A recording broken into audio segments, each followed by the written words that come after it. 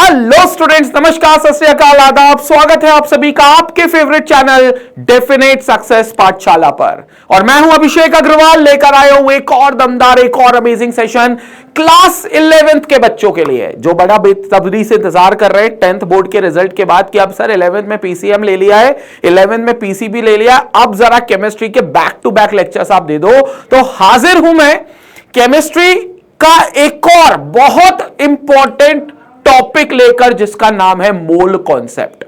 भैया मोल बड़ा अनमोल है, मैं तुम्हें पहले बता दूं, यह सबसे अनमोल टॉपिक है केमिस्ट्री का।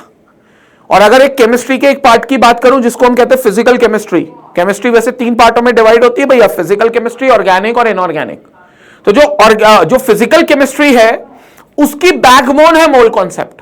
फिजिकल केमिस्ट्री की रीढ़ की हड्डी है भाई मोल कॉन्सेप्ट, इतना अनमोल है ये, बहुमूल्य टॉपिक है ये मोल कॉन्सेप्ट। मतलब बिना मोल कॉन्सेप्ट आए तुम फिजिकल केमिस्ट्री का न्यूमेरिकल नहीं सॉल्व कर पाओगे। और सॉल्व करना दूर की बात है, उसको संपत्ति पड़ जाए तुमको, वो न्यूमेरिकल बहुत बड़ी बात है। उसको संपट पढ़ने के लिए, समझने के लिए तुम्हें मोल कॉन्सेप्ट का आना बहुत जरूरी है। अब ये मोल कॉन्सेप्ट हमने ऑलरेडी स्टार्ट कर दिया है। पहला वीडियो जो मैंने बनाया था क्लास 11th का जो सिलेबस ओवरव्यू के बाद बनाया था, इंट्रोडक्शन वाला, उसमें मैंने मोल कॉन्सेप्ट स्टार्ट कर दिया था और मैंने बताया था कि मोल का एक क्या रोल होता है। जितने लोगों ने वो वीडियो देख लिया है वेल एंड गुड, जितनों ने नहीं देखा है घबराने की कोई बात नहीं है, क्योंकि मैं मोल इस वीडियो में बिल्कुल स्टार्टिंग से स्टार्ट कर रहा हूं, ठीक है। और पिछले वीडियो में हम लोगों ने देखा था मैटर और सब्सटेंस के पैरामीटर्स क्या होते हैं, जैसे मास, वॉल्यूम, टेम्परेचर, प्रेशर, ये सारे पैरामीटर्स मैटर को लेकर हमने बात कर दी थी। मैटर क्यों जरूरी है? क्योंकि मैटर से रिलेटेड ही मोल है। मतलब एक्चुअली मोल जो है वो किसी सब्सटेंस का निकाला जाता है, तो वो सब्सटेंस क्या होते हैं वो आपको जानना जरूरी है। उन सब्सटेंस के कौन सी मेजरेबल प्रॉपर्टीज, जिनको हम पैरामीटर्स कह सकते हैं, वो क्या होते हैं वो जानना जरूरी है, जिसकी बात हमने पिछले वीडियो में कर ली है। सब्सटेंस की बात हमने पिछले वीडियो में कर ली है। अगर वो नहीं देखा, डिस्क्रिप्शन में जाओ, पिछले वीडियो का लिंक दिया हुआ है, पिछले वीडियो का लिंक दिया हुआ है। पिछले 2 वीडियोस मैटर के ऊपर हैं, वो 2 वीडियो मैटर के जरूर देखकर आओ। उसी में तुम्हें पता चलेगा मैटर क्या होता है, सब्सटेंस क्या होता है, और फिर तुम मोल को समझ पाओगे, क्योंकि मोल सब्सटेंस का ही निकाला जाता है। मोल ऑफ अ सब्सटेंस ऐसा कहते हैं। तो वो सब्सटेंस क्या होता है पहले उसको समझना जरूरी है, फिर आप मोल कंसेप्ट पर आओगे, ठीक है। जितने लोगों ने वीडियो देख लिया वो इस वीडियो को देख सकते हैं और शुरू कर सकते हैं। तो स्टार्ट करते हैं भाई, बहुमूल्य topic which is known as mole concept. और ये पार्ट 1 है, 3-4 पार्ट्स में मेरा मोल कॉन्सेप्ट चलता है, तो दिस इज पार्ट 1। इसका अगला वीडियो होगा पार्ट 2, ठीक है। तो सवाल उठता है सर मोल है क्या, या फॉर दैट मैटर मोल का काम क्या है। सर मोल क्या बताता है हमें, मोल की क्या वर्किंग है, मोल क्या कहता है, मोल क्या कहलाना चाहता है, या सर सारी चीजें कहीं बाहर में। आप तो ये बताओ सवाल कैसा आता है मोल पर, कैसे सॉल्व करेंगे मोल को। तो मैं तुमको बताता हूं। अगर तुम मुझसे पूछोगे मोल का काम क्या है, तो मैं तुमको बताऊंगा मोल एक पुल के समान है, एक ब्रिज के समान है। एक पुल और एक ब्रिज का क्या काम है भाई? एक पुल का काम होता है 2 जगह को कनेक्ट करना, या 2 जगह के लोगों को आपस में मिला जुला देना, एक दो जगह के लोगों को कनेक्ट करना। जैसे मान लो 2 जगह हैं, 2 प्लेसेस हैं, और उनके बीच में कुछ नदी है, खाई है, कुछ है, तो उन्होंने क्या कर दिया, ब्रिज बना दिया, पुल का निर्माण कर दिया। उस पुल की सहायता से इधर के लोग इधर चले जाएं, इधर के लोग इधर चले जाएं, कनेक्शन बन जाए। मोल उसी प्रकार किसी भी सब्सटेंस के 2 पैरामीटर के बीच में कनेक्शन बनाता है, किसी भी 2 पैरामीटर को कनेक्ट करता है, किसी भी सब्सटेंस के 2 पैरामीटर को कनेक्ट करता है। अब वो 2 पैरामीटर कौन से हैं समझेंगे। ऑल्दो हमने बात करी है फर्स्ट वीडियो में इसकी, वही स्लाइड जो मैंने फर्स्ट वीडियो में बनाई थी वही मैं लेकर आया हूं। मोल कहता है सर मैं किसी भी सब्सटेंस के मास को रिलेट करूंगा, किसी भी सब्सटेंस के मास को रिलेट करूंगा, मास ऑफ दी सब्सटेंस। और सब्सटेंस अगर याद हो आपको पिछले वीडियो में, तो आपने पढ़ा है एलिमेंट और कंपाउंड। आपने पढ़ा है कौन से, एलिमेंट और कंपाउंड। ऑल्दो मिक्सचर भी होते हैं, लेकिन फिलहाल मैंने मिक्सचर को नहीं लिखा, सिर्फ मैं अभी मोल कॉन्सेप्ट को समझने के लिए 2 सब्सटेंस लेकर चल रहा हूं, एक है एलिमेंट, एक है कंपाउंड। मिक्सचर के लिए भी मोल निकल सकता है, लेकिन वो एक अलग से पढ़ेंगे अपन। अभी सिर्फ एलिमेंट और कंपाउंड के लिए अपन समझ रहे हैं। मतलब अपने लिए सब्सटेंस कौन है, या तो एलिमेंट या फिर कंपाउंड। तो मोल क्या करता है, उस एलिमेंट या उस कंपाउंड का जो मास है उस एलिमेंट या उस कंपाउंड का जो मास है उस मास को रिलेट करेगा number of particles present in that substance के साथ में। मतलब उसी सब्सटेंस में कितने नंबर ऑफ पार्टिकल्स है मौजूद है, कितने नंबर ऑफ पार्टिकल्स मौजूद है उस सब्सटेंस के उतने मास में मोल इस चीज को कनेक्ट करता है। अब नंबर ऑफ पार्टिकल्स का मतलब क्या होता है सर? ये पार्टिकल्स का मतलब क्या होता है? पार्टिकल्स मतलब उस सब्सटेंस को जिसने बनाया हो। पार्टिकल्स का मतलब होता है कॉन्स्टिट्यूएंट पार्टिकल्स, मतलब उस सब्सटेंस को जिसने बनाया हो उसको हम कहते हैं कॉन्स्टिट्यूएंट पार्टिकल्स, जिससे वो कंपोजिट हुआ, जिससे वो बनाओ। अब वो किससे बनेगा? पहले बताओ सब्सटेंस कौन है। अगर सब्सटेंस से एलिमेंट, तो कॉन्स्टिट्यूएंट पार्टिकल जो होगा वो होंगे एटम्स, क्योंकि elements are made up of atoms, atoms of the same type. तो जो पार्टिकल्स की गिनती तुम करोगे, नंबर ऑफ पार्टिकल्स मतलब पार्टिकल्स की गिनती तुम कर रहे हो।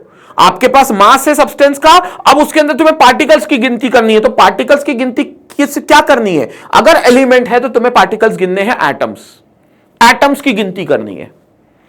एंड इन द सेम वे अगर सब्सटेंस हो गए तुम्हारे कंपाउंड, अगर सब्सटेंस हो गए तुम्हारे कंपाउंड, तो कॉन्स्टिट्यूएंट पार्टिकल्स इसमें हो जाएंगे मॉलिक्यूल्स। मतलब आप इसमें किसकी गिनती करोगे भाई? फिर आप इसमें गिनती करोगे किसकी? मॉलिक्यूल्स की। तब आप मॉलिक्यूल्स की गिनती करोगे, because compounds are made up of molecules. Compounds के जो कॉन्स्टिट्यूएंट पार्टिकल्स होते हैं उनको अपन मॉलिक्यूल्स कहते हैं। तो actually compounds are made up of molecules. तब आपको नंबर ऑफ मॉलिक्यूल्स गिनना है। अगर आपके पास उस कंपाउंड का मास दे दिया गया, मास दे दिया गया तो वो कैसे करोगे? वो मोल तुमको बताएगा, वो मोल से तुमको समझ में आएगा। तो मोल कॉन्सेप्ट या मोल की स्टडी का मतलब यह होता है कि it determines the relation between two parameters of a substance. First is mass of the substance and second is number of particles present in the same mass of the substance. किसी substance का कितना मास है और उस substance के उतने मास में कितने नंबर ऑफ पार्टिकल्स हैं, या फिर किसी सब्सटेंस के कितने नंबर ऑफ पार्टिकल्स का कितना मास है। एक चीज दी जाएगी, दूसरी चीज पूछी जाएगी। फॉर एग्जाम्पल सपोज करो, मैंने लास्ट वीडियो, पहला वीडियो में ये एग्जाम्पल भी दिया था। मेरे पास ये पानी की बोतल है, राइट? ये पानी की बोतल है, इसमें पानी है। अब पानी कंपाउंड है। मेरे को बता दिया सर इस पानी के कंपाउंड का जो वजन है वो है 300 ग्राम्स। बोला मुझको सर हमने देखा इस पानी का वजन, बोतल की बात नहीं कर रहा, बोतल का वजन हटा दिया। पानी सब्सटेंस है, क्योंकि इसके अंदर केमिस्ट्री में इसकी केमिकल प्रॉपर्टी है पानी की, तो ये सब्सटेंस है। मुझको किसी ने बोला सर इस पानी का 300 ग्राम मास है। अब आप बताओ ये पानी के अंदर पानी के कितने मॉलिक्यूल्स प्रेजेंट हैं? 300 ग्राम पानी अगर है तो इस 300 ग्राम पानी में पानी के कितने मॉलिक्यूल्स प्रेजेंट है? आपको मॉलिक्यूल्स को आइडेंटिफाई करना है, नंबर ऑफ मॉलिक्यूल्स कितने हैं। क्यों? क्योंकि पानी कंपाउंड है, और कंपाउंड किससे बनता है भाई? मॉलिक्यूल से। तो 300 ग्राम आपको मास दे देंगे, आपको नंबर ऑफ मॉलिक्यूल्स बताने। ये कब बताओगे? जब मोल कॉन्सेप्ट आ गया, जब मोल कॉन्सेप्ट क्लियर हो गया। And vice versa, vice versa मतलब आपको इस पानी की बोतल के अंदर पानी के मॉलिक्यूल्स की संख्या बता देंगे। वो बोलेंगे सर इस पानी के अंदर 5,05,575 मॉलिक्यूल्स हैं। 5,05,575 मॉलिक्यूल्स है, किसके? पानी के। अब बताओ इस पानी का वजन कितना है, पानी का मास कितना है? तो अब आप ये नहीं बोल सकते सर तराजू ले आओ वेइंग मशीन पे तोल देते हैं। नहीं भाई, अब आप साइंस स्टूडेंट हो, और साइंस स्टूडेंट को मोल कॉन्सेप्ट से पता होना चाहिए कि पार्टिकल की संख्या अगर दे दी जाए तो उस सब्सटेंस का मास कितना होगा। तो वो मास की वैल्यू आपको निकालनी है नंबर ऑफ पार्टिकल से, और ये आपको सिखाता है मोल कॉन्सेप्ट। ये सिखाता है आपको मोल कॉन्सेप्ट, ये पता चलता है आपको मोल कॉन्सेप्ट से। तो बेसिकली मोल का काम क्या है? मास और पार्टिकल की संख्या को रिलेट करना। कितने मास में कितने पार्टिकल्स, या कितने पार्टिकल्स का कितना मास, इन दोनों को रिलेट करने का काम मोल का है। This is the actual working of mole, this is the actual function और actual principle of mole in chemistry. ये होता है मोल। अब कई लोग बोलते हैं सर मोल जो होता है वो वेट जो होता है उसका मोलर मास के बराबर होता है। कई बच्चे बोलते हैं सर जो मोल होता है वो 6.02 इंटू 10⁻23 एवोगैड्रो नंबर जिसको बोलते हैं उसकी वैल्यू के बराबर होता है। वो सब तो तुम वैल्यू दे रहे हो, वो सब वैल्यू कहां से है ये भी मैं तुम्हें बताऊंगा, लेकिन मोल का काम क्या है ये कोई पूछे तो क्या बोलोगे? तो तुम बोलोगे सर किसी भी सब्सटेंस का अगर मास दे दिया जाए तो उसके उतने मास में कितने पार्टिकल से हमें यह बताता है मोल, या पार्टिकल की संख्या दे दी जाए कि फलाने नंबर ऑफ पार्टिकल्स इसके अंदर है तो उसका मास कितना है यह बताता है मोल। यह काम है मोल का, और इस प्रकार के क्वेश्चन मोल में पूछे जाते हैं। मोल का काम समझ में आ गया? मोल का काम समझ में आ गया? यह काम समझना बहुत जरूरी है। अब सवाल उठता है कि भैया ये मोल ऐसा बताता कैसे, इन दोनों के बीच में रिलेशन डेवलप कैसे करता है, रिलेट कैसे करता है नंबर ऑफ पार्टिकल और मास को। तो पहले मोल कहता है कि आप इसमें 3 रिलेशन पढ़ते हो। पहला रिलेशन होता है मोल का मास के साथ, मतलब this is the first relation. पहला रिलेशन होता है मोल का मास के साथ, ये मोल है और इस मोल का मास के साथ पहला रिलेशन होगा। दूसरा रिलेशन होता है मोल का नंबर ऑफ पार्टिकल के साथ, ये सेकेंड रिलेशन हम पढ़ते हैं। मतलब पहले हम रिलेट कर लेंगे कि कितने मास में कितने मोल्स है, और सेकेंड रिलेशन में हम रिलेट कर लेंगे कि कितने नंबर ऑफ पार्टिकल्स के कितने मोल्स होते हैं। थर्ड रिलेशन हमें अपने आप मिल जाएगा, थर्ड रिलेशन हमें अपने आप मिल जाएगा, that is mass and number of particles का। ये थर्ड रिलेशन हमें अपने आप मिल जाएगा। मास का नंबर ऑफ पार्टिकल के साथ क्या रिलेशन है ये हमें अपने आप मिल जाएगा, क्योंकि ये वो कहावत है ना भाई मैथ्स में, A equal to B and B equal to C, तो फिर A is equal to C by default. A अगर B के बराबर है तो B C के बराबर है, तो फिर आप ये कह सकते हो कि A भी C के बराबर है, खुद से कह दिया तुमने।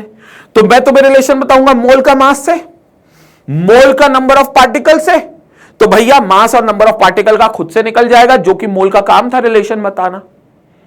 जैसे 2 लोग हैं, एक मेरा भाई है, एक बंदा यहां है वो मेरा भाई है, एक बंदा यहां है वो भी मेरा भाई है, ये भी मेरा भाई ये भी मेरा भाई, तो फिर ये दोनों भी आपस में भाई भाई, अपने आप बता दिया तुमने रिलेशन। बस यही कंसेप्ट हम लगाते हैं मोल में। तो मोल की कहानी 3 रिलेशन पे चलती है और 3 रिलेशन में समाप्त हो जाता है पूरा मोल, पूरा मोल अप टू एडवांस लेवल। अगर तुम बिल्कुल एडवांस लेवल तक पढ़ना चाहते हो मोल, तो सिर्फ ये 3 रिलेशन पर तुम्हें काम करना है, जिसमें से पहला रिलेशन अब हम आज स्टार्ट करने वाले हैं। पहला रिलेशन अभी हम स्टार्ट करने वाले हैं, ठीक है। तो फटाफट एक काम करें, इसका स्क्रीनशॉट खींच लें और फिर हम लोग लिखेंगे फर्स्ट रिलेशन। फर्स्ट रिलेशन को देखेंगे, लेकिन उससे पहले इसका जल्दी से एक स्क्रीनशॉट खींच। तो अब भैया 3 रिलेशंस में से हम आते हैं फर्स्ट रिलेशन पर। फर्स्ट रिलेशन को समझते हैं। पहला रिलेशन किसका है? जैसा भी बताया मैंने, पहला रिलेशन किसका है? Relation between moles and mass of the substance. तो जो फर्स्ट रिलेशन है that is relation between moles and mass of the substance, moles and mass of the substance. तो मोल का रिलेशन सब्सटेंस के मास के साथ क्या होगा, पहला रिलेशन ये समझेंगे अपन आज के इस वीडियो में। अब सब्सटेंस की अगर बात करें तो अभी अपन ने देखा बच्चों, सब्सटेंस जो होता है वो 2 प्रकार के होते हैं, या तो एलिमेंट या कंपाउंड। वैसे मिक्सचर भी एक सब्सटेंस ही है, लेकिन जैसा मैंने कहा था कि मिक्सचर का भी जिक्र नहीं करेंगे, अभी सिर्फ 2 सब्सटेंस लेकर चलेंगे, या तो एलिमेंट या कंपाउंड। तो दोनों लेना पड़ेगा यहां पर, मतलब 2 केस लेने पड़ेंगे। तो ले लेते हैं, कोई दिक्कत की बात नहीं है। अपन एक तरफ ले लेते हैं एलिमेंट का केस और दूसरी तरफ लेंगे कंपाउंड का केस। तो ये मैंने ले लिया यहां पर भैया एलिमेंट्स का केस। यहां कुछ एलिमेंट्स लूंगा और उनके मास को रिलेट करूंगा मोल्स के साथ। इस साइड में कुछ कंपाउंड लूंगा और उस कंपाउंड को रिलेट करूंगा मैं मोल्स के साथ। कंपाउंड के मास को रिलेट करूंगा, उस मास को रिलेट करूंगा मोल्स के साथ। तो पहले एक काम करते हैं, एलिमेंट का देख लेते हैं केस और एलिमेंट का केस समझते हैं। कुछ एलिमेंट मैं उठा लेता हूं, जैसे मैंने उठा लिया हाइड्रोजन, सबसे पहला एलिमेंट है। Carbon, nitrogen, oxygen, sodium and से आयरन। ये 6 एलिमेंट मैंने उठा लिए।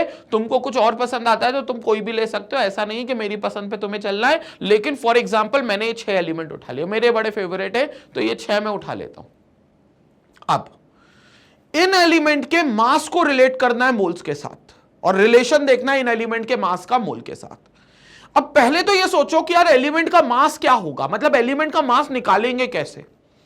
तो बड़ा ही सिंपल सा लॉजिक है कि किसी भी चीज का अगर मास निकालना है तो उस चीज को जिसने बनाया होगा आप उसका मास निकाल लो, मतलब वो चीज जिससे बनी है आप उसका मास निकाल लो, तो आप क्या करोगे, उस पर्टिकुलर चीज का मास निकाल लोगे, उसके कॉन्स्टिट्यूएंट पार्टिकल का अगर मास निकाल लेते हो तो एलिमेंट को किसने बनाया है, एलिमेंट को बनाया एटम ने। अभी पढ़ा ना, element are made up of atoms. तो हम एटम का मास निकाल लेते हैं और सबके एटम का मास निकाल लेते हैं। और पता आपको एटम के मास को क्या कहा जाता है भैया, एटम के मास को कहा जाता है एटॉमिक मास। क्या कहा जाता है, एटॉमिक मास। तो मैं काम करता हूं, मैं इन सभी एलिमेंट का अपना अपना एटम का मास निकाल लेता हूं, जिसको मैं एटॉमिक मास कहता हूं। सबका अपना अपना अलग अलग मास होगा, क्योंकि देखो हाइड्रोजन का एटम अलग है, ऑक्सीजन कार्बन का एटम अलग है, नाइट्रोजन का एटम अलग है, सोडियम का एटम अलग है, आयरन का एटम अलग है। सारे एटम्स जो हैं ये अपने आप में अलग अलग हैं, तो इन सबके अपने अपने मासेस होंगे। और फिलहाल मैं सिर्फ एक एटम का मास कंसीडर कर रहा हूं, क्योंकि मुझे एक्चुअली अभी नहीं पता कि एलिमेंट कितने एटम से बना है। वो गिनती मुझे नहीं पता ना, वो गिनती आएगी सेकंड रिलेशन में, जब मोल्स और नंबर ऑफ पार्टिकल्स को रिलेट करोगे। तो नंबर ऑफ पार्टिकल्स समझ रहे हो ना, गिनती करोगे तुम वहां पे, तो वो नंबर ऑफ पार्टिकल्स की अभी टेंशन नहीं लेनी, अभी टेंशन लेनी है मास की। तो अभी मुझे नहीं पता कि वो एलिमेंट कितने एटम से बना है, मतलब हाइड्रोजन जैसे एलिमेंट है तो मुझे नहीं पता कितने एटम से बना है, तो मैं एक एटम का मास कंसीडर करूंगा, एक एटम का। और एक एटम अगर हाइड्रोजन का देखें तो उसका जो मास होता है, ध्यान से देखेंगे, उसका मास होता है 1U। उसका मास होता है 1U। अब तुम लोग सोचोगे सर ये U क्या होता है, क्योंकि अभी तक जो हमने मासेस पढ़े हैं वो मासेस को हमने नॉर्मली, उन मासेस को हमने नॉर्मली ग्राम या किलोग्राम में पढ़ा है। तो ये U क्या होता है, पहले मैं बहुत क्लियर कर दूं, U स्टैंड्स फॉर यूनिफाइड मास। ध्यान से देखते हुए चलेंगे, U जो होता है बेटा वो होता है यूनिफाइड मास, जिसको तुम AMU भी बोल सकते हो, विच stands for atomic mass unit. इसका हमने जिक्र किया है, एक वीडियो मैंने बनाया जिसमें मैंने पैरामीटर्स बताए, मैटर के मेजरेबल पैरामीटर्स, यानी कि इस चैप्टर का सबसे पहला वीडियो। अगर तुमने नहीं देखा है तो वीडियो के स्टार्टिंग में मैंने बोला, डिस्क्रिप्शन में चले जाओ, लिंक मिल जाएगा। वो पहले वीडियो में मैंने एटॉमिक मास यूनिट क्या होता है वो बताया है। जितने लोग भूल गए हैं, जितने लोग नहीं देख कर आए, उनके लिए जल्दी से मैं बता देता हूं। एटॉमिक मास यूनिट केमिस्ट्री में एटम के मास की यूनिट है। एटम को नापना है, अगर एटम का वजन नापना है तो उसके नापने की यूनिट है, जिसको हम AMU बोलते हैं। और सर ये एक AMU कहां से निकला, एक AMU जो निकला वो कार्बन 12 के 12 टुकड़े करके निकला। मान लो ये कार्बन का एटम है, मान लो ये कार्बन का एटम है जिसका पूरा वजन C12 है, मतलब कार्बन 12 में क्यों बोलते हैं, क्योंकि कार्बन के दो आइसोटोप्स होते हैं, कार्बन 12 भी होता है, कार्बन 14 भी होता है। तो कौन सा कार्बन का एटम लिया वो मेंशन करना जरूरी है, तो हमने लिया कार्बन 12। और कहते हैं अगर इस कार्बन 12 के 12 इक्वल टुकड़े करें, कितने इक्वल टुकड़े करें, 12 इक्वल टुकड़े करें, तो अगर इस कार्बन के हम 12 इक्वल टुकड़े कर दें, ये इक्वल तो नहीं हुए लेकिन 12 टुकड़े हो गए, 1 2 3 4 5, अच्छा 6 ही हुए हैं, एक टुकड़ा और यहां से ले लेते, ठीक है। हाँ लगभग लगभग ये अब अपने 12 टुकड़े कर दिए, इक्वल होने चाहिए, ये मैंने हैंड फ्री बनाया इसलिए इक्वल नहीं है। तो जो एक टुकड़ा होगा, एक टुकड़ा कैसे, मान लो मैंने ये एक टुकड़ा ले लिया, ये एक टुकड़ा ले लिया भाई, अब इस टुकड़े का जो वजन होगा, इस टुकड़े का जो वजन होगा वो एक AMU यानी कि एक U के बराबर होगा। तो it is, what is AMU, what is AMU, ध्यान से सुनेंगे, ये वैसे मैंने हालांकि वहां पर भी बताया है। तो व्हाट इज AMU, तो it is mass of 1/12 part of C12 atom, 1/12 part of C12 atom. Carbon 12 के 12 इक्वल टुकड़े करो तो उसका जो एक टुकड़ा है आउट ऑफ 12 टुकड़े, तो दैट इज 1/12 पार्ट, एक आउट ऑफ 12 पार्ट का जो मास होगा वो एक्चुअली 1 AMU के बराबर है। तो it is equal to 1 AMU, और इसी को आप 1U भी बोल सकते हो, कोई दिक्कत की बात नहीं है। 1U बोलो या 1 AMU बोलो, एक ही चीज है, एटॉमिक मास यूनिट या फिर यूनिफाइड मास। और केमिस्ट्री में एटम के वजन को आप इसी तरीके से कैलकुलेट करते हो, आप AMU के टर्म्स में कैलकुलेट करते हो या आप यूनिफाइड मास के टर्म्स में कैलकुलेट करते हो। तो जब तुम हाइड्रोजन को देखोगे तो हाइड्रोजन का वजन इस टुकड़े के बराबर आएगा, पूरे इस टुकड़े के, मतलब पूरा हाइड्रोजन का एटम इस टुकड़े में आ जाएगा, पूरा एटम। तो हाइड्रोजन का वजन जो है एटम का वो इस 1 AMU के बराबर है। और यहीं से दुनिया के सारे मासेस निकाले गए भाई। दुनिया के जितने भी मासेस है, कोई चीज अगर तुम 3 किलो बोल रहे हो तो उसका वजन 3 किलो कैसे बोल पा रहे हो? क्योंकि आपने उससे कंपेयर किया है। मतलब आपने जो डिजिटल मीटर या जो भी वेइंग मशीन वहां लगा रखी है वो इसके रेफरेंस में चल रही है। कल को मान लो इसका वजन चेंज हो गया तो दुनिया भर में वजन की परिभाषा चेंज हो जाएगी, यानी कि दुनिया भर में मासेस चेंज हो जाएंगे। अब 3 किलो को जितना मानते हो उतना 3 किलो को नहीं मानोगे, उसको उतना किसी और कुछ के और केजी मानोगे। कंसेप्ट क्लियर हो गया? तो ये चीज बड़ी इंपॉर्टेंट है, इसको समझना। तो ये 1 AMU होता है, this is atomic mass unit. हां, अब कई बच्चे पूछते हैं कि सर 1U या 1 AMU समझ में तो आ गया, संपट तो पड़ गया, लेकिन इसको फील नहीं कर पा रहे हम। मतलब ये महसूस नहीं कर पा रहे कि यार कितना हल्का है, कितना भारी है। जैसे सर आप हमको 1 ग्राम दो, तो 1 ग्राम बहुत हल्का है, फूंक मारेंगे हमारे हाथ पे पता ही नहीं चलेगा। 1 ग्राम अगर आप रख भी दोगे तो फूंक मारते ही उड़ जाएगा। 1 kg, हाँ सर थोड़ा सा भारी है, लेकिन हम लोगों के लिए कोई दिक्कत की बात नहीं है। 1 kg तो मामूली सी चीज है हमारे लिए। 1 क्विंटल, 1 क्विंटल मतलब 100 kg, तो भैया 100 kg तो सर बहुत भारी, हम तो उठा ही नहीं पाएंगे इतना। मतलब देखो, तुम वजन बता रहे हो तो तुम फील कर पा रहे हो। क्यों फील कर पा रहे हो? क्योंकि ग्राम और किलोग्राम की कहानी है। अब ये 1U और 1 AMU में वो फीलिंग नहीं आती, तो फीलिंग लाने के लिए मैं तुम्हें एक कन्वर्जन भी दे देता हूं, और वो कन्वर्जन ये है कि बाबू 1U जो होता है वो 1.67 इंटू 10⁻⁻24 ग्राम्स के बराबर होता है। बस इतना तुम ध्यान रख लेना, ये 1U की वैल्यू है जो 1.67 इंटू 10⁻⁻24 ग्राम्स के बराबर है। और एक और बात बता दूं, ये मास ऑफ प्रोटॉन भी होता है, ये मास ऑफ प्रोटॉन भी होता है। तो हाइड्रोजन में एक्चुअली सिर्फ एक ही प्रोटॉन है, 9th क्लास में पढ़े होगे इतना। तो जो भैया प्रोटॉन है सिर्फ एक ही प्रोटॉन है, इलेक्ट्रॉन तो नेग्लिजिबल मास का होता है। तो जो प्रोटॉन का वजन है एक्चुअली वही हाइड्रोजन का वजन है। तो ये वजन जो होता है ये होता है आपका मास ऑफ प्रोटॉन, और पूरे हाइड्रोजन के एटम का भी इतना ही वजन होता है, क्योंकि उस एटम में प्रोटॉन के अलावा कुछ है ही नहीं। इलेक्ट्रॉन जरूर एक है, लेकिन इलेक्ट्रॉन का वजन नेग्लिजिबल माना जाता है, बहुत बहुत कम है, बहुत कम है, वो कोई कंट्रीब्यूट नहीं करता एटम के वजन में। तो एटम का जो मेन वजन है वो आता है प्रोटॉन की वजह से। वैसे न्यूट्रॉन की वजह से भी आता है, प्रोटॉन प्लस न्यूट्रॉन दोनों का सम होना चाहिए, लेकिन हाइड्रोजन में न्यूट्रॉन होते ही नहीं है।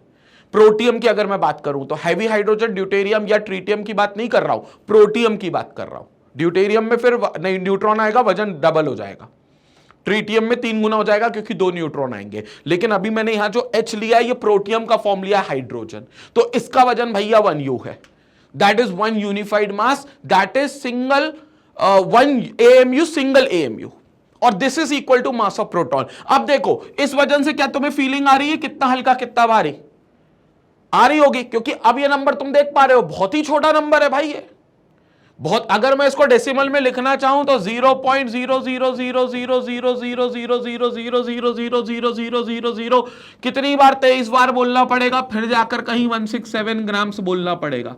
23 इसलिए क्योंकि एक डेसिमल तो बन के इधर भी आने में लग जाएगा, तो 23 टाइम्स ये 0 बोलेंगे। तो इतने ही 0 बोलने से अच्छा पूरा वजन अपन 0 ही बोल देते, लेकिन बोल नहीं सकते। क्यों नहीं बोल सकते? क्योंकि कुछ वजन तो है इसका, 1U की कुछ तो वैल्यू है ना। तो इतने बड़े नंबर को मैं ऐसा ना लिखूं, इसलिए मैंने इसको ऐसा लिख दिया। और ये बहुत हल्का वजन है, इतना तुम्हारे इससे कई ज्यादा वजन तुम्हारे अभी हथेली पर होगा, भले कुछ नहीं रखा है तो। कीटाणु विटाणु होंगे, गंदे हाथ होंगे, तो धूल धक्कड़ जो भी होगी तुम्हारे हाथ में वो इससे ज्यादा वजन कैरी करती होगी हाथ पे। संपट पड़ रही है बात? तो ये हाइड्रोजन का एटम है। अब सोचो हाइड्रोजन का एटम कितना हल्का होता है, और अगर इतना हल्का है तो सोचो कितना छोटा होता होगा। और इतना छोटा है कि दुनिया में आज तक उसको किसी ने नहीं देखा, सिर्फ ये अजम्पशन पे चल रहा है कि हाइड्रोजन नाम का एटम दुनिया में होता होगा। डन है बात? क्लियर है? तो ये चीज बड़ी इंपॉर्टेंट है। तो हाइड्रोजन का जो एटॉमिक मास है वो है 1U। अब मैं यहां U में लिखूंगा क्योंकि मैं ग्राम में नहीं लिखूंगा, क्योंकि आपको एटॉमिक मास यूनिट में ही यूनिट्स लिखनी है एटम्स की, एटम के मास की। तो इसलिए मैं 1U लिखूंगा। यहां 1.67 इंटू 10⁻⁻24 ग्राम्स नहीं लिख सकते आप, ये बात याद रखना। तो आपको 1U लिखना, बस मन में ये रखना है कि हाँ भैया 1U जो है वो 1.67 इंटू 10⁻⁻24 ग्राम्स के इक्वल है। डन डन डन डन बात, कोई दिक्कत की बात नहीं, कोई परेशानी नहीं, बहुत शानदार। तो 1U तुम लोगों को मिल गया। इन द सेम वे कार्बन का पूरा एटम देखा भाई, तो कार्बन के 12 टुकड़े में एक टुकड़ा 1U का था, तो भैया 12 के 12 टुकड़े पूरा एटम बनाएंगे, और 12 के 12 टुकड़े कितने यू के होंगे? 12 यू के। सिंपल लॉजिक, एक टुकड़ा 1 यू का तो 12 टुकड़े 12 यू के, और 12 टुकड़े में ही पूरा एटम बन गया था। तो कार्बन का एटम का मास कितना हो गया? 12 यू। नाइट्रोजन को जब कंपेयर किया तो इट बिकम्स 14 यू, ऑक्सीजन को जब कंपेयर किया तो it becomes 16 you, sodium uncle को जब कंपेयर किया तो 23 यू, और आयरन एंटी को जब कंपेयर किया तो इट इज 56 यू। अब एक चीज मैं बता दूं, इनमें सबसे भारी एटम जो मैंने लिखे जिनमें एलिमेंट्स में, उसमें आयरन है 56 times of you. But 56 times you कोई बहुत बड़ी वैल्यू नहीं कर देगा भाई। इस नंबर का अगर 56 से मल्टीप्लाई भी कर दोगे, कहां गया? इस नंबर का अगर तुम 56 से मल्टीप्लाई भी कर दोगे तो कोई बहुत बड़ा नंबर नहीं बन जाएगा ये। तो ये नंबर बहुत छोटा है। 56 छोड़ो, 56 करोड़ से भी मल्टीप्लाई कर दोगे तुम ये, तो भी ये नंबर बहुत छोटा होगा, क्योंकि 10 की पावर -24 है। 1 करोड़ में 7 जीरो होते हैं, तो माइनस में 24 जीरो लेकर बैठा है भाई डेसिमल्स में। तो तुम समझ रहे हो, करोड़ों इंटू करोड़ों कर दोगे तो 14 जीरो होते हैं। करोड़ों इंटू करोड़ 21 जीरो होते हैं, तब भी 3 जीरो बच जाएंगे इसके पास। तो समझ रहे हो ये नंबर कितना छोटा है, कि उसको कितनी बार भी मल्टीप्लाई कर लो वो रहेगा छोटा ही अपने लिए। ठीक है, हाँ, लेकिन रिलेटिवली अगर हम कंपेयर करें तो अभी जो एलिमेंट मैंने लिखे इसमें आयरन सबसे हैवी है। अब ये हो गए एटॉमिक मास, लेकिन मुझे एक्चुअली क्या करना है, मुझे वो मास लेकर आने हैं जो इनके मोल्स को रिलेट कर पाए, मतलब जिनका रिलेशन मैं मोल्स के साथ देख सकूं। तो अब क्या करूंगा, मेरे ध्यान से सुनना बात को। मैंने क्या करा, एक वेइंग मशीन ले आया, एक बहुत स्पेशल टाइप की वेइंग मशीन ले आया, जिसमें जो वजन मैं सेट कर दूं वो वजन आने के बाद या तो मुझे दिख जाएगा, दिख तो जाएगा सामने, लेकिन अगर मान लो मेरा ध्यान नहीं है तो वो अलार्म भी बजा देगा कि सर बस करो, अब वजन और मत डालो, क्योंकि आपने जो वजन मेरे को सेट करके दिया उतना वजन आप रख चुके हो। तो ऐसी भैया एक विशेष प्रकार की अपन वेइंग मशीन लेकर आए। उस पर अपन ने एक बोरी रखी, बोरी का वजन अपन कंसिडर नहीं कर रहे, बोरी रखी, और अब अपन उसमें हाइड्रोजन एटम भरना स्टार्ट कर देंगे। लेकिन उससे पहले उस वेइंग मशीन में मैं सेट कर दूंगा 1 ग्राम। 1 ग्राम क्यों कह रहा हूं अभी समझो, रुको अभी थोड़ा सा। मैं 1 ग्राम उसमें सेट कर दूंगा। तो मैंने भैया उसको 1 ग्राम सेट कर दिया और बोरी खोल ली, और अब हाइड्रोजन के एटम रखना चालू कर दिया। 1 ग्राम तक पहुंचना है मुझे। मेरे को बताओ क्या एक एटम में काम हो जाएगा? नहीं सर, एक एटम तो 1.67 इंटू 10 की पावर -24 ग्राम्स में। 2 एटम में काम हो जाएगा? नहीं sir, 10 atom, 15 atom, 20 atom, 100 atom, 150 atom, 500 atom, 1000 atom में काम हो जाएगा? नहीं सर, यह नंबर बहुत छोटा है। 1 ग्राम तक, मतलब इस नंबर को 1 ग्राम तक पहुंचाना है तो बहुत एटम्स लगेंगे। तुम गिनना मत, मैं भी नहीं गिन रहा। 1000, 2000, 10,000, 1 करोड़, 2 करोड़, 200 करोड़, 3000 करोड़, मैं एटम्स पे एटम्स डाल रहा हूं। पूरा का पूरा टैंकर हाइड्रोजन एटम का पलटाता जा रहा हूं भाई, पूरा का पूरा टैंकर पलटाता जा रहा हूं भाई साहब। वो बहुत एटम्स खा लेगा मेरे 1 ग्राम तक पहुंचने में, और मैं गिन नहीं रहा, मैं गिन भी नहीं पाऊंगा, जीवन निकल जाएगा मेरा भाई। 4 दिन की जिंदगी है, 3.5 दिन तो इसको गिनने में ही निकल जाएंगे। तो गिनना नहीं है अपने को क्या करना है, सिर्फ चढ़ाते चलना है और अलार्म पे ध्यान देना है, क्योंकि एक टाइम आएगा जब अलार्म बजेगा, और मान लो वो टाइम आ गया, अलार्म बज गया। तो अलार्म बज गया, इसका मतलब क्या हुआ कि सर आपने जो हाइड्रोजन एटम्स चढ़ाए हैं वो हो गए 1 ग्राम के। कितने हो गए? 1 ग्राम के। तो अब मैं वहां पर रुक जाऊंगा भाई, क्योंकि हाइड्रोजन एटम्स जो हैं वो मेरे हो गए 1 ग्राम के। तो 1 ग्राम हाइड्रोजन मतलब मेरा अब हाइड्रोजन 1 ग्राम तक आ चुका है। तो मेरा हाइड्रोजन कितना आ चुका है? 1 ग्राम। दिस इज 1 ग्राम। ध्यान से देखेंगे यहां पर, अब 1 ग्राम अगर मेरे पास हाइड्रोजन आ गया है, 1 ग्राम अगर मेरे पास हाइड्रोजन आ गया है, तो मुझे क्या करना है, उस बोरी को बांध देना है और उसके ऊपर एक कागज का लेबल चिपका देना है कि दिस इज 1 ग्राम हाइड्रोजन, और ऐसा चिपका देना है। और उसके नीचे मेरे को एक और लाइन लिख देनी है that this 1 gram is nothing but it is 1 मोल।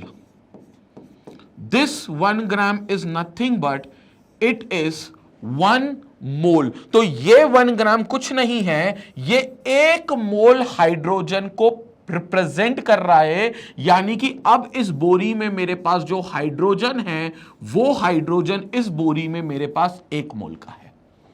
कितने मोल का है? 1 मोल का है, because 1 gram hydrogen is equal to 1 mole of hydrogen. तो मान लो अब कोई कमरे में आया और मुझसे बोला भैया हमको 1 मोल हाइड्रोजन दे दो, तो मेरे को कुछ नहीं करना, वो बोरी उठाकर उसको दे देनी है। मेरे को वो चीज उठाकर देनी है, बोलना भैया ये रहा 1 मोल हाइड्रोजन, क्योंकि इसमें 1 ग्राम हाइड्रोजन है which is equal to 1 mole of hydrogen. तो हाइड्रोजन मेरा 1 मोल हो गया। इसका मतलब हाइड्रोजन का 1 मोल 1 ग्राम पे बनता है। तो जब भी आपके पास हाइड्रोजन हो, H एलिमेंट हो, और 1 ग्राम का अगर वो वजन दिखा रहे हो, उसमें बहुत सारे एटम्स होंगे। वो एलिमेंट जरूर 1 ग्राम है, लेकिन वो एलिमेंट के अंदर कौन है? एटम्स। क्योंकि एलिमेंट किससे बना है? एटम से। और गिनना मत, क्योंकि बहुत सारे एटम्स है वो, लेकिन उनका सबका मिलकर वजन जो हो गया वो हाइड्रोजन का 1 ग्राम बना रहे हैं। तो that 1 gram is 1 mole. Concept clear हो गया? अब दूसरी चीज सुने, फिर से मैंने एक और बोरी लाई। अब इस बोरी में मैं कार्बन रखने वाला हूं। किसके एटम? कार्बन के। बहुत सारे एटम पड़े मेरे पास कार्बन के, मैं कार्बन के एटम रखने वाला हूं। लेकिन उससे पहले मैं वेइंग मशीन पे सेट कर देता हूं 12 ग्राम। मैं वेइंग मशीन पे क्या सेट कर देता हूं? 12 ग्राम। अब 12 ग्राम क्यों मैं सेट कर रहा हूं? क्योंकि कार्बन का एक एटम 12 यू का है, और इस 12 यू से भाई साहब इसको मुझे ले जाना है 12 ग्राम पर। इसको मुझे ले जाना है 12 ग्राम पर, क्योंकि जब मैं इसको 12 ग्राम पर ले जाऊंगा, ध्यान से सुनेंगे, जब मैं इसको 12 ग्राम पर ले जाऊंगा तो 12 ग्राम पर ले जाकर यह हो जाएगा 1 मोल। मतलब मैं अब एटम पे एटम चढ़ाऊंगा, चढ़ाते जाऊंगा, चढ़ाते जाऊंगा, चढ़ाते जाऊंगा। एक टाइम आएगा, अलार्म बजेगा। अलार्म का मतलब क्या है बजने का? कि भैया तराजू के ऊपर, वेइंग मशीन के ऊपर 12 ग्राम का वजन हो चुका है। और अगर अब तराजू के ऊपर 12 ग्राम का वजन हो चुका है, तो अब मैं कार्बन पे बोरी को बंद करके उसके ऊपर एक स्टिकर चिपका दूंगा जिसमें लिखूंगा 12 ग्राम कार्बन, और 12 ग्राम के साथ लिखूंगा 1 मोल ऑफ कार्बन, क्योंकि ये 1 मोल कार्बन है। 12 gram is equal to 1 mole of carbon. तो ये 1 मोल कार्बन एटम हो गया मेरे पास। 1 mole carbon as an element हो गया। उसमें एटम्स बहुत सारे हैं, लेकिन 1 मोल कार्बन हो गया, क्योंकि वो 12 ग्राम है। अच्छा सर, मतलब इसका मतलब ये हुआ कि आपने हाइड्रोजन का 1 ग्राम 1 मोल बनाया था, तो कार्बन का एक मोल 12 ग्राम पे बनेगा। यस, इनके मास अलग होंगे। हाइड्रोजन का 1 मोल कब बना था? 1 ग्राम पे। कार्बन का 1 मोल बनेगा 12 ग्राम पे। सर ऐसा क्यों? क्योंकि इनके अपने अपने एटम के मास अलग है। और जो इनका एटम का मास है, ध्यान से सुनना, जो इनके एटम का मास है, अगर उस वैल्यू को मैं ग्राम तक ले जाऊं, कैसे ले जाऊंगा ग्राम तक? बहुत सारे एटम्स इकट्ठे कर करके। उस सेम वैल्यू को मैं अगर उतने ग्राम तक ले जाऊं, जैसे 12 यू है, तो 12 यू तुम समझो, 12 यू तुम्हें समझने की बहुत जरूरत है। 12 यू का मतलब यह होता है, 12 यू का मतलब यह होता है, 12 U is equal to 12 into 1.67 into 10 की पावर माइनस 24 ग्राम्स। ये 12 ग्राम नहीं है अभी, ये सिर्फ 12 यू है, जिसको ग्राम में आप इतना बोल सकते हो। और ये कार्बन के एक एटम का वजन है। ऐसे मुझे कई एटम्स इकट्ठे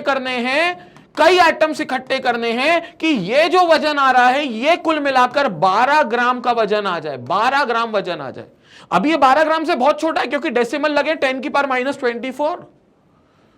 तो मुझे बहुत सारे ऐसे एटम्स इकट्ठे करने पड़ेंगे कि ये सब मिलकर 12 ग्राम का वजन कंट्रीब्यूट कर दे। और जो जिसका एटॉमिक मास है उसको उतने ग्राम तक ले जाना पड़ेगा। हाइड्रोजन 1 यू का था तो उसको 1 ग्राम तक ले गया। कार्बन कितने का है? 12 यू का, तो उसको कहां ले जाऊंगा? 12 ग्राम पे। तो ये 12 ग्राम पर लेकर जाना पड़ेगा, तब जाकर ये 1 मोल होगा। तो कार्बन जब 12 ग्राम हो जाएगा, it is said to be of 1 mole. उसको हम 1 मोल कार्बन कहेंगे। In the same way nitrogen को हम कहां ले जाएंगे? 14 यू से 14 ग्राम, तो क्या हो जाएगा वो? 1 मोल। ऑक्सीजन को हम कहां ले जाएंगे? 16 यू से 16 ग्राम, तो मैं क्या कहूंगा? 1 मोल। 23 यू से कहां ले जाएंगे? 23 ग्राम, तो मैं क्या कहूंगा? 1 मोल। और 56 यू से आयरन कहां ले जाएंगे? 56 ग्राम, तो मैं क्या कहूंगा? 1 मोल। तब जाकर ये सब अपने अपने 1 मोल के माने जाएंगे। अच्छा, मतलब सर किसी भी एलिमेंट का जो एटॉमिक मास है, अगर आप इतने सारे एटम्स इकट्ठे कर लो कि सब मिलकर वही वैल्यू ग्राम में निकालने लग जाए, तो वो ग्राम वाला जो मास होगा वो 1 मोल के लिए माना जाएगा। बिल्कुल सही। वो जो ग्राम वाला मास आएगा वो 1 मोल के लिए माना जाएगा, या कह लो ये जो मास आएगा वो मोलर मास माना जाएगा। This is nothing but the molar mass. ये सारे मासेस क्या है? Molar mass. Sir what is molar mass? Mass of 1 mole of any substance, this is called molar mass. कोई पूछा हाइड्रोजन का मोलर मास क्या है? 1 ग्राम। कार्बन का मोलर मास कितना है? 12 ग्राम। ऑक्सीजन का मोलर मास कितना है? 16 ग्राम। आपको सबके मोलर मास पता होने चाहिए। This is mass of 1 mole of any substance. किसी भी सब्सटेंस के 1 मोल का मास मोलर मास होता है। तो ये मोलर मास हो गया। तो कोई पूछे अगर आपसे व्हाट इज मोलर मास, देखते हुए चलेंगे। What is molar mass? तो what is molar mass? It is mass of 1 mole of any substance. Mass of 1 mole of any substance. किसी भी सब्सटेंस का 1 मोल का जो मास है वो मोलर मास कहलाता है। तो सारे एलिमेंट्स के जो मासेस तुमने पीछे लिखे ग्राम में, वो उन एलिमेंट्स के अपने अपने मोलर मासेस हैं। ये सब इनके अपने अपने मोलर मासेस है, इनके मोलर मासेस है, और ये सब्सटेंस 1 मोल का होगा। संपट पड़ गया मोल, क्लियर हो गया। अब मान लो कोई इंसान है जिसकी एक दुकान है कबाड़ी की, और उस कबाड़ी वाले की दुकान पर कोई आदमी आता है और बोलता है कि सर हमें, नहीं सर क्यों बोलेगा, एक कबाड़ी वाले हमें 1 मोल लोहा दे दे। वो एक ग्राहक आया, वो बोलता है कबाड़ी वाले हमको 1 मोल लोहा दे देता हूं। भैया कबाड़ी वाले को सर नहीं खुजाना है, उसको मेरी क्लास अटेंड करनी है पहले तो, और मेरी क्लास अटेंड करने के बाद उसको सर नहीं खुजाना है। क्यों? क्योंकि उसको पता होना चाहिए 1 मोल लोहा मतलब कितना लोहा मांग रहा है। वो लोहा है 56 ग्राम, 56 ग्राम इज 1 मोल। तो उसको अपनी कबाड़ी की दुकान से एक छोटी सी लोहे की पत्ती उठानी है जिसका वजन कितना होगा? 56 ग्राम, और उसको दे देना है कि लो भैया ले जाओ, ये रहा 1 मोल लोहा। 56 ग्राम लोहा मतलब 1 मोल लोहा होता है, और वो 1 मोल लोहा उसे दे देना है। संपट पड़ गई बात, क्योंकि 56 ग्राम इज 1 मोल। लेकिन मान लो उसने गलती से 112 ग्राम वाला लोहा दे दिया। 56 ग्राम देना था लेकिन उसने 112, ध्यान से सुनो, 56 ग्राम देता तो 1 मोल देता, लेकिन उसने कितने ग्राम दे दिया? 112, 112 ग्राम लोहा दे दिया। तो बताओ उसने कितने मोल दे दिए? उसने दे दिए 2 मोल लोहा, क्योंकि 56 का डबल दे दिया उसने। 112 मतलब 56 का ट्वाइस, तो मतलब 1 मोल की जगह ट्वाइस दे दिए, 2 मोल दे दिए। अगर वो 28 ग्राम लोहा दे देता तो आधा मोल दे देता, लोहे का आधा मोल चला जाता। अगर 28 ग्राम दे देता तो, अगर 14 ग्राम दे देता तो 1/4 हो जाता, आधे का भी आधा, 1/4 मोल दे देता। समझ आ रहा है? मैं तुम्हें मास बता रहा हूं, तुम मुझे मोल्स बता रहे हो। यही तो रिश्ता है, तुम्हारा मेरा नहीं, यही तो रिश्ता है मोल्स और मास का, मोल्स और मास का, कि हमें मास मिले तो मोल्स बता दे, उल्टा कर दो, मोल्स मिल जाएंगे तो मास भी बता दोगे। मान लो मेरे पास, मेरी जेब में 3 मोल सोडियम के रखें। कितने मोल? 3 मोल। इस जेब में मेरी 3 मोल सोडियम के रखें। बताओ मेरी जेब में कितना वजन है सोडियम का? 1 मोल का वजन कितना है? 23 ग्राम। तो 3 मोल का कितना होगा? 23 इंटू 3, 69 ग्राम। तो 69 ग्राम मेरे पास लोहे का वजन, सोडियम का वजन होगा, सोडियम का, क्योंकि 23 ग्राम 1 मोल सोडियम का वजन है, तो 69 ग्राम मतलब 3 मोल सोडियम का वजन हो जाएगा। तो वो 3 मोल सोडियम हो जाएगा। तो देखो मास मिल जाएगा तो मोल बता देंगे, मोल मिल जाएंगे तो मास बता देंगे। रिलेशन समझ में आया एलिमेंट्स को लेकर? कंसेप्ट क्लियर है? बिल्कुल। एलिमेंट को लेकर कोई कंफ्यूजन नहीं होनी चाहिए, एलिमेंट का रिलेशन बिल्कुल क्लियर होना चाहिए। अब अगर एलिमेंट का क्लियर है तो अपन कंपाउंड का भी कर लेते हैं, क्योंकि कंपाउंड का केस भी लेना है। तो कंपाउंड पहले कुछ ले लेते हैं, उसके बाद अपन कंपाउंड का केस देख लेते हैं। तो कंपाउंड अपन ले लेते हैं यहां पर H2O, this is water. Compound का केस ले रहे हैं, ध्यान से देखते हुए चलेंगे भाई। कंपाउंड का केस ले रहे हैं तो कंपाउंड का एक केस ले लेते हैं H2O water, carbon dioxide CO2, sodium hydroxide NaOH and glucose C6H12O6। ये मैंने 4 कंपाउंड ले लिए, मेरे बड़े फेवरेट है, हर क्लास में मैं ये 4 ही लेता हूं।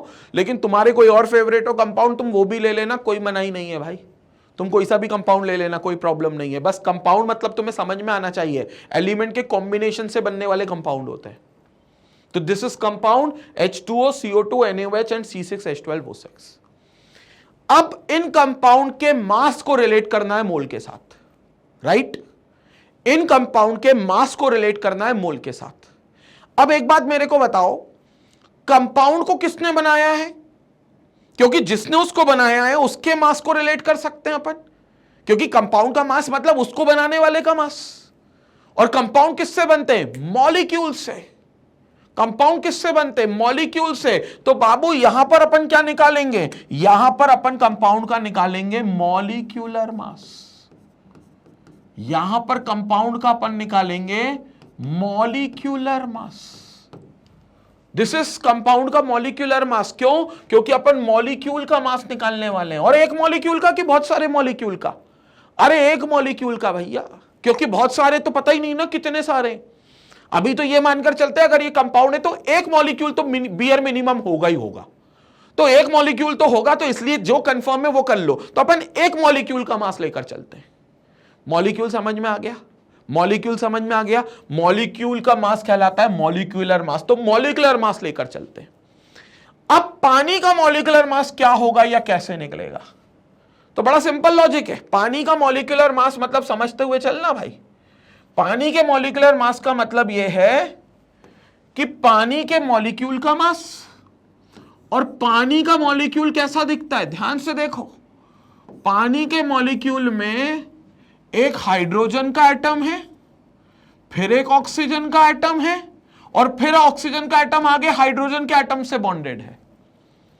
मतलब ये HOH ऐसे एटम से। मतलब देखा जाए तो ये मॉलिक्यूल के अंदर भी हाइड्रोजन का एक एटम है, ऑक्सीजन का एक एटम है, और एक और हाइड्रोजन का एक एटम है, एक और हाइड्रोजन का एक एटम है। कुल मिलाकर ये मॉलिक्यूल जो तुम्हें दिख रहा है, ये मॉलिक्यूल भी तो एटम से ही बना है भैया। मॉलिक्यूल क्या है? एटम की केमिकल रिएक्शन से बनने वाला पदार्थ, सब्सटेंस। और बहुत सारे मॉलिक्यूल अगर इकट्ठे हो जाएं तो वो कंपाउंड कहलाने लगते हैं। तो भैया मॉलिक्यूल क्या है? एटम से बनने वाली ही तो सब्सटेंस है। मतलब अल्टीमेटली मॉलिक्यूल्स को भी एटम ने बनाया। और भैया एटम को ने तो पूरी सृष्टि बनाई है। ये मैं नहीं कह रहा, ये जॉन डाल्टन साहब कहकर गए थे बहुत सदियों पहले अपनी डाल्टन एटॉमिक थ्योरी में, कि जो भी सब्सटेंस आज आपको दिख रहा है आपके आसपास, छोटा दिख रहा है, बड़ा दिख रहा है, जैसा भी दिख रहा है, वो सब्सटेंस अगर है तो वो एक छोटे से पार्टिकल एटम से बना है। It is the fundamental particle of any substance. Atom is the fundamental particle of any substance. तो एटम है भैया वो। तो ये एटम से बना है। और अगर एटम से बना है तो एटम का वजन तो हमें पता है, हाइड्रोजन का एटम 1U का, ऑक्सीजन का एटम 16U का, और ये हाइड्रोजन का एटम भी 1U का। तो टोटल कितने हो गए? 1U plus 16U plus 1U 18U। मतलब H2O का एक मॉलिक्यूल 18U का। और U संपट पड़ गया ना, U मतलब यूनिफाइड मास। तो 18U का मास है ये भाई, 18U का। तो 18U का मास अपन यहां पर लिख देते हैं। किसका मास? हाइड्रोजन का मॉलिक्यूलर मास। तो this is hydrogens molecular mass which is 18U। Same way carbon dioxide का मॉलिक्यूल में कौन होगा? कार्बन का एक एटम और ऑक्सीजन के 2 एटम। तो कार्बन का एक एटम कितना? 12U, और ऑक्सीजन का कितना? 16 इंटू 2 32, 32 और 12 44U। मैथ्स तेज करना है अपने को, मैथ्स तेज करना है भाई। फिजिकल केमिस्ट्री में तब मास्टरी कर पाओगे जब तुम्हारा गणित के कैलकुलेशंस बड़े तेज होंगे। और बेसिक कैलकुलेशंस है ये, तुमको बहुत टफ कैलकुलेशंस नहीं देखने। ट्रिग्नोमेट्री विग्नोमेट्री नहीं चाहिए मैथ्स की, डिफरेंशिएशन इंटीग्रेशन नहीं चाहिए बेसिक इसमें। अपने को बहुत बेसिक चाहिए बस इसमें, न्यूमेरिकल्स को सॉल्व करने के लिए। सिंपल मल्टीप्लिकेशन डिविजन्स, उसको कैसे तुम इजी कर सकते हो वो बस तुम्हें दिमाग लगाना है। बाकी पूरी कैलकुलेशन सिंपल वाले हैं यहां पर। तो भैया CO2 का एक मॉलिक्यूल कितना हो गया? 44U। मतलब एक मॉलिक्यूल मतलब एक जब डब्बा दिख रहा है CO2 का, इसमें कार्बन का एक लड्डू है, लड्डू मतलब एटम, और ऑक्सीजन के 2 लड्डू हैं। कार्बन के लड्डू का वजन 12U और ऑक्सीजन के लड्डू का वजन, लड्डू मतलब एटम, हाँ, तो ऑक्सीजन के लड्डू का मतलब वजन 16U। कितने ऑक्सीजन के एटम है? 2, तो 16 इंटू 2 32 और 12 44, तो 44U। सोडियम हाइड्रोक्साइड देख लो, सोडियम हाइड्रोक्साइड में सोडियम का एक लड्डू, ऑक्सीजन का एक लड्डू और हाइड्रोजन का एक लड्डू, 23 प्लस 16 प्लस 1, 23 प्लस 16 प्लस 1 कितना हो गया? 40U। तो it is 40U molecular mass. And C6H12O6, ये देख लो C6H12O6। जितने लोगों को नहीं आ रहा उनको मैं कैलकुलेशन करके बता देता हूं। यहां बता रहा हूं भाई, C6H12O6 कार्बन के कितने? 6 एटम, एक का वजन 12U, 6 का कितना होगा? 72U। हाइड्रोजन का कितने एटम? 12 एटम, एक का वजन 1U, टोटल कितना हो गया? 12U। ऑक्सीजन के कितने एटम? 6, एक का वजन कितना? 16, 96U। 96U। तुम सबको ऐड करोगे, यू विल गेट 180U। आपको 180U मिलेगा इसका वजन। तो दिस इज C6H12O6 जिसका वजन 180U है। और एक डब्बे का वजन है, बहुत भारी लग रहा है क्या तुमको? हाँ, अभी तक जितने एलिमेंट या कंपाउंड देखे उसमें सबसे भारी यही है वैसे तो, 180U। लेकिन क्या अपने लिए बहुत भारी है क्या? अरे कोई भारी नहीं है, 1U बहुत हल्का है वैसे भी। तो 1U को अगर आप 180 से मल्टीप्लाई भी कर लोगे तो क्या ही उखाड़ लोगे, क्योंकि नंबर वैसे ही बहुत छोटा है। संपट पड़ गई क्या बात? तो ये 180U एक मॉलिक्यूल का मास है। हाँ, अब क्या करना है ध्यान से सुनो। वेइंग मशीन लेकर आएंगे। वेइंग मशीन पे मैं सेट कर रहा हूं 18 ग्राम। तुम समझ गए 18 ग्राम क्यों कर रहा हूं? 18 ग्राम कर रहा हूं मतलब क्या डालने वाला हूं? 18 ग्राम, समझ रहे हो? हाँ समझ रहे हो। तो किसको रखने वाला हूं मैं? देखते चलो यहां पर, ये देखो, ये किसको रखने वाला हूं? पानी को। मतलब अब क्या करूंगा? पानी के मॉलिक्यूल्स डालूंगा। अब तुम बोलोगे सर पानी तो लिक्विड है, ये ऐसे कैसे मॉलिक्यूल्स डाल रहे हो? अरे बर्फ डाल रहे हैं भैया। वैसे तुम पानी किसी भी फॉर्म में डालो, उससे फर्क नहीं पड़ता। 18 ग्राम वो लिक्विड में भी दे सकता है, गैस में भी दे सकता है, और बर्फ के रूप में भी दे सकता है। फर्क नहीं पड़ता, वो फिजिकल स्टेट बस उसकी अलग है। ठीक है, तो लिक्विड 18 ग्राम भी हो सकता है और बर्फ भी 18 ग्राम हो सकती है। तो पानी कितना पहुंचाना पड़ेगा? 18 ग्राम। अलार्म कब बजेगा? जब उस पे टोटल पानी का वजन कितना हो जाएगा? 18 ग्राम। बोरी का वजन एक्सक्लूडेड है भाई, बोरी का वजन मत कैलकुलेट करते चलना। बोरी जस्ट रेफरेंस के लिए मैंने दी है कि उसमें मैं रख रहा हूं। तो जैसे ही अलार्म हो गया, मैंने बोरी को बंद कर दिया, ऊपर से एक रस्सी बांध के उस पे एक लेवल चिपका दिया, कितना? 18 ग्राम का। और नीचे डाल दिया क्या? नीचे डाल दिया क्या? 18 ग्राम के नीचे डाल दिया, इट इज 1 मोल। 18 ग्राम के नीचे डाल दिया, इट इज 1 मोल। तो बेसिकली ये 1 मोल हो गया, क्योंकि भैया 18 ग्राम ही 1 मोल वाटर को बनाएगा। तो this is 18 gram which defines 1 mole of water. तो अगर कोई तुमसे बोले भाई बहुत प्यास लग रही है, मेरे को 1 मोल पानी दे दे, तो उसको 18 ग्राम पानी दे देना तराजू पे तोल के, बोलना ये ले 1 मोल पानी है भाई। और पानी की डेंसिटी 1 होती है अगर प्योर पानी है। डिस्टिल्ड वाटर, वैसे डिस्टिल्ड वाटर मिलते नहीं है, बिस्लेरी वाले भी प्योर नहीं देते, वो मिनरल वाटर देते हैं भाई, बेचते हैं 20 रुपए में मिनरल वाटर। मिनरल मतलब उसमें कुछ सॉल्ट्स डिसॉल्व्ड है जिसमें सोडियम और पोटेशियम आयंस होते हैं, जो तुम्हारी बॉडी के लिए अच्छे हैं। तुम्हारी बॉडी को ये मैकेनिकल एक्शन करने के लिए, हाथ पैर मूवमेंट करने के लिए कुछ आयंस की जरूरत होती है, कुछ सॉल्ट की जरूरत होती है। वो सॉल्ट की पूर्ति पानी से ही होती है, मेजरली खाने और पानी से। तो पानी में जो सॉल्ट है वो डिसॉल्व रहता है, इसलिए वो 20 रुपए की मिनरल वाटर बेचते, लिखकर बेचते मिनरल वाटर, मतलब सॉल्ट डिसॉल्व है इसमें, और वो सॉल्ट अच्छा है, तुम्हें चाहिए भाई। प्योर पानी होता है distilled water, purest form of पानी, जो बैटरी में डलता है। आएंगे 12th में अपन इलेक्ट्रोकेमिस्ट्री नाम के चैप्टर में, उसमें बताएंगे बैटरी की वर्किंग क्या होती है और उसमें पानी क्यों डलता है। लेकिन उसमें जो पानी डलता है वो डिस्टिल्ड वाटर होता है, प्योर वाटर। तुम पी सकते हो, कोई प्रॉब्लम नहीं है, प्यास बुझ जाएगी क्योंकि पानी अच्छा है वो। लेकिन प्रॉब्लम है उसमें नमक के आयंस नहीं है जो तुम्हारी बॉडी को चाहिए। तो क्रैम्प व्रैम्प जो आते हैं ना, कहते हैं ना नस चढ़ गई, आज ये बॉडी सोर हो रहा है, ये खिंचा गई नस, तो वो इसलिए होता है क्योंकि वो आयंस की कमी हो जाती है बॉडी में। तो वो आयंस की कमी पूरा करने के लिए आपको मिनरल वाटर ही पीना पड़ता है, ठीक है। और जो डिस्टिल्ड वाटर है उसकी डेंसिटी मैं 1 बोल रहा हूं। तो अगर मान लो ये डिस्टिल्ड वाटर है, तो अगर डेंसिटी 1 है तो जितना ग्राम उतना ml भी, क्योंकि mass is equal to volume हो जाता है अगर डेंसिटी 1 होती है तो मास कितना है? 18 ग्राम, तो वॉल्यूम हो जाएगा 18 ml, 18 ml का वाटर हो जाएगा, तो 18 ml वाटर हो जाएगा ये। तो कोई पूछे भैया 1 मोल डिस्टिल्ड वाटर दे दो, प्यास लग रही है, तो तुम या तो 18 ग्राम दे देना क्योंकि 18 ग्राम ही 1 मोल है, या फिर तुम 18 ml दे देना। तो 18 ml भी 1 मोल होगा क्योंकि डेंसिटी 1 है। क्लियर हो गया?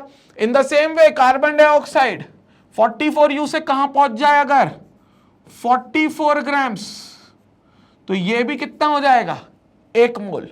NaOH 40U से कहां पहुंच जाए 40 ग्राम, तो ये भी क्या हो जाएगा 1 मोल। और ग्लूकोज अंकल भैया कहां से कहां 180U से 180 ग्राम पहुंच जाएं, तो ये भी क्या हो जाएंगे 1 मोल।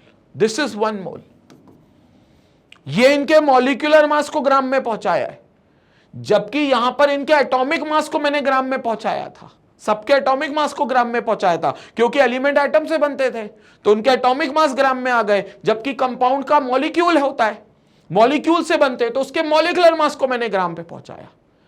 अंतर कुछ नहीं है, बस जो बोल रहे हो एटॉमिक मास और मॉलिक्यूलर मास, ये बस अलग चीज बोल रहे हो, कंसेप्ट सेम है। इसके एलिमेंट के एटॉमिक मास ग्राम में पहुंचाओ तो 1 मोल हो जाएंगे, कंपाउंड के मॉलिक्यूलर मास की वैल्यू को उठाकर ग्राम में पहुंचाओ, और उसके लिए बहुत मॉलिक्यूल्स चाहिए रहेंगे तुमको। ये मत सोचना पानी को 18U से 18 ग्राम में पहुंचाने के लिए 2-4 पानी के मॉलिक्यूल्स बस लग गए होंगे, नहीं भाई, अरबों खरबों से भी ज्यादा मॉलिक्यूल्स लग गए होंगे। तुम सोच नहीं सकते इतने ज्यादा मॉलिक्यूल्स होंगे, गिनना नहीं। ये कितने मॉलिक्यूल्स होंगे सेकंड रिलेशन में मैं बताऊंगा, relation between moles and number of particles, वहां मैं जरूर बताऊंगा, लेकिन अभी गिनने की कतई जरूरत नहीं है भाई। क्लियर हो गया? तो ये 18U से 18 ग्राम पहुंच गए, बहुत सारे मॉलिक्यूल्स के दम पे पहुंच गए, लेकिन जब पहुंच गए 18 ग्राम पे तो ये 1 मोल हो गया। वैसे ही 180U 180 ग्राम पे पहुंच गए तो ये 1 मोल हो गया। अब मान लो कोई मेडिकल शॉप है, उस पे एक आदमी काम कर रहा है, और एक पेशेंट का रिलेटिव दौड़ता हुआ आया, पेशेंट का रिलेटिव दौड़ता हुआ आया और बोला भैया भैया मेरा भाई वहां बेहोश पड़ा है, जल्दी से 1 मोल ग्लूकोज दे दो, जल्दी से मुझे 1 मोल ग्लूकोज दे दो। तो भैया वो दवाई वाले को, मेडिकल शॉप पे काम करने वाले को सर नहीं खुजाना, पेशेंट की जिंदगी का सवाल है भाई, जान खतरे में।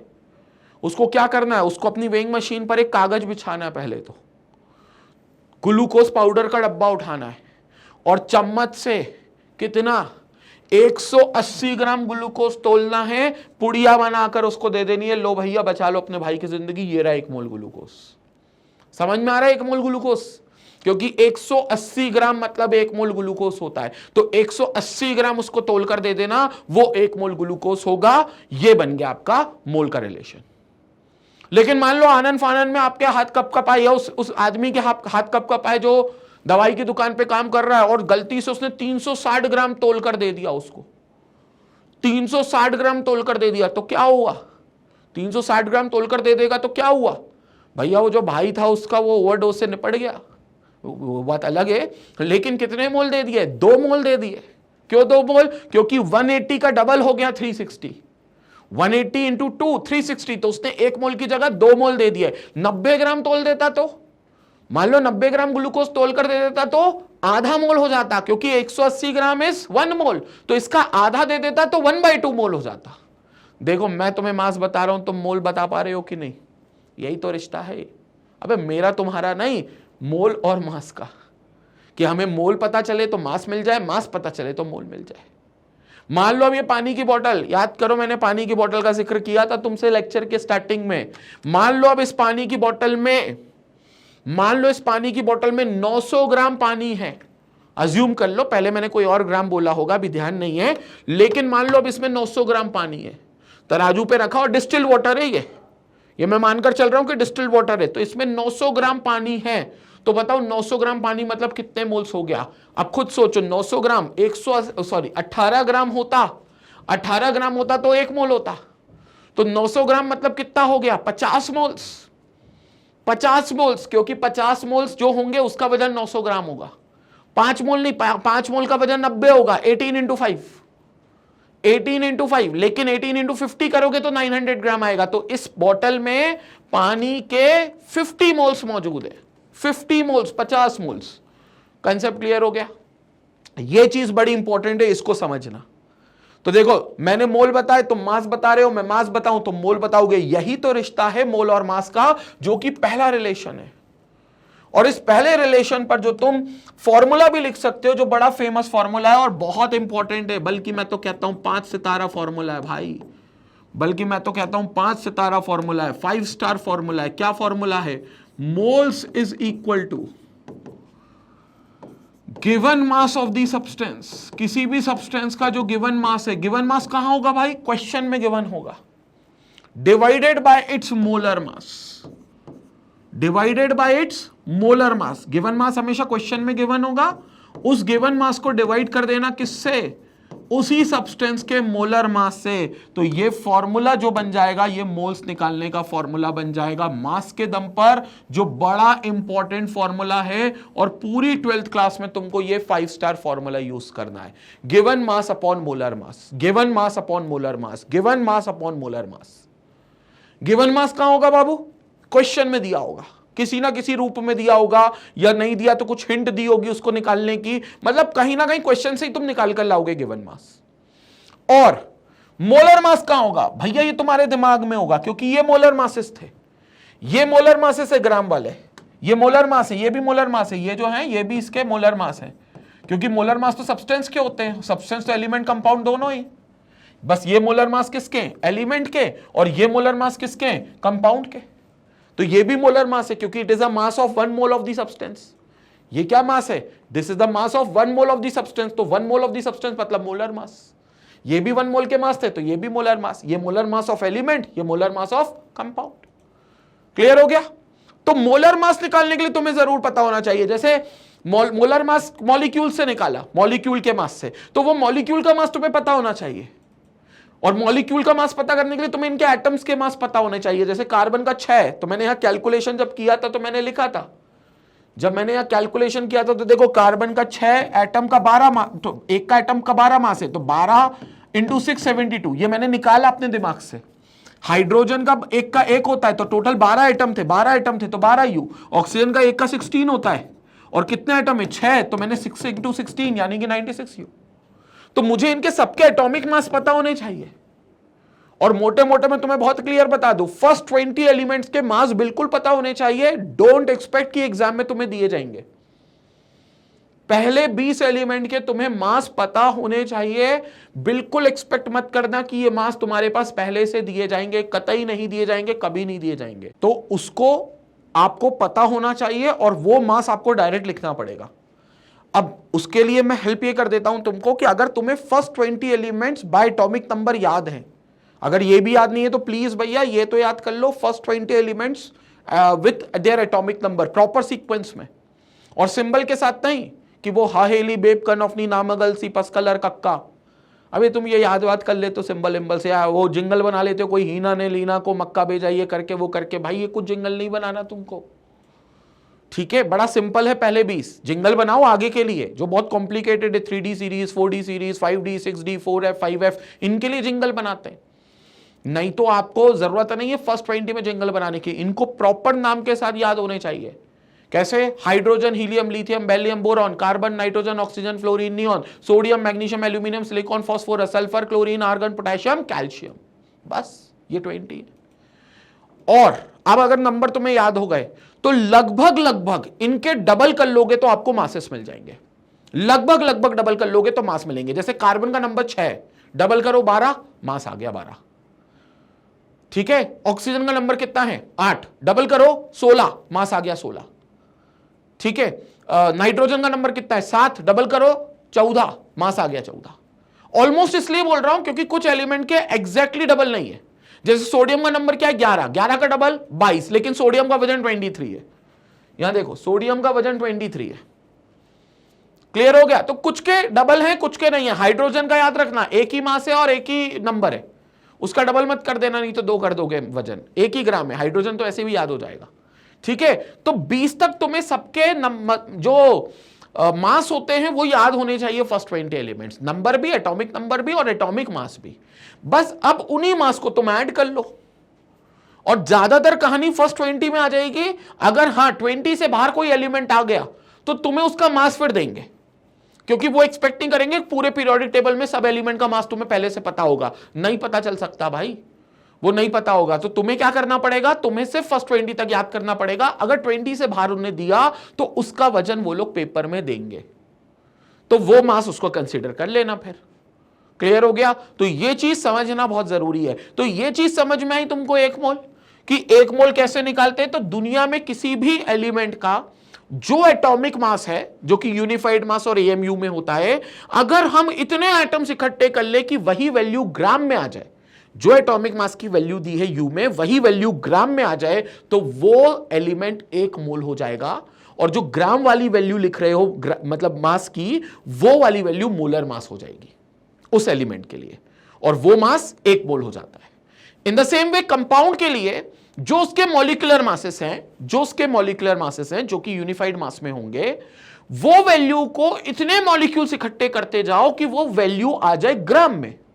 तो पहली बात, वो ग्राम वाली वैल्यू हो जाएगी मोलर मास, क्योंकि वो ग्राम वाली वैल्यू हो जाएगी 1 मोल की, यानी कि वो कंपाउंड हो जाएगा 1 मोल अगर उतने ग्राम का वो आ गया है तो। कंसेप्ट क्लियर हो गया?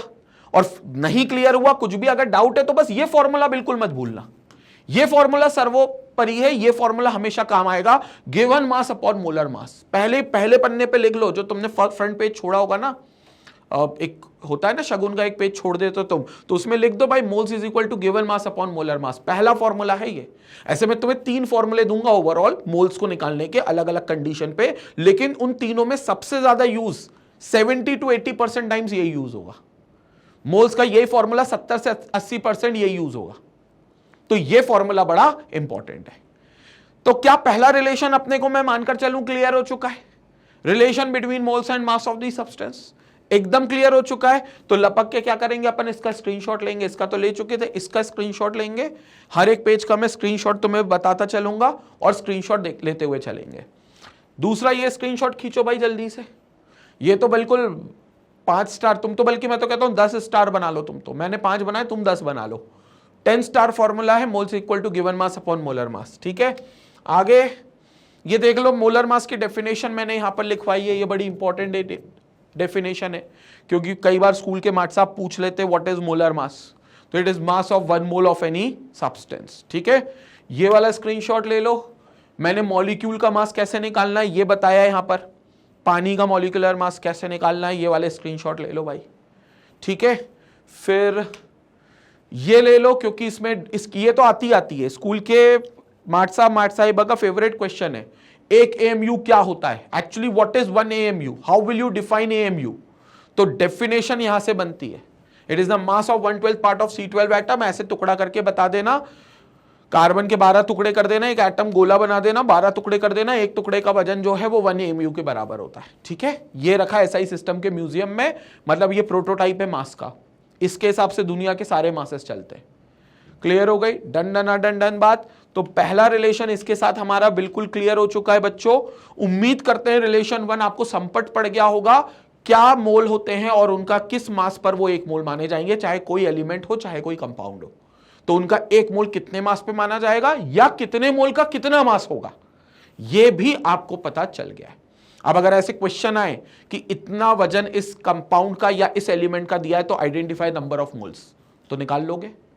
और ऑन द कॉन्ट्ररी उल्टा कर दो, अगर आपको मोल्स दे दिए जाए कि इस कंपाउंड के या इस एलिमेंट के इतने नंबर ऑफ मोल्स हैं, तो आप मास निकाल लोगे। क्लियर हो गया?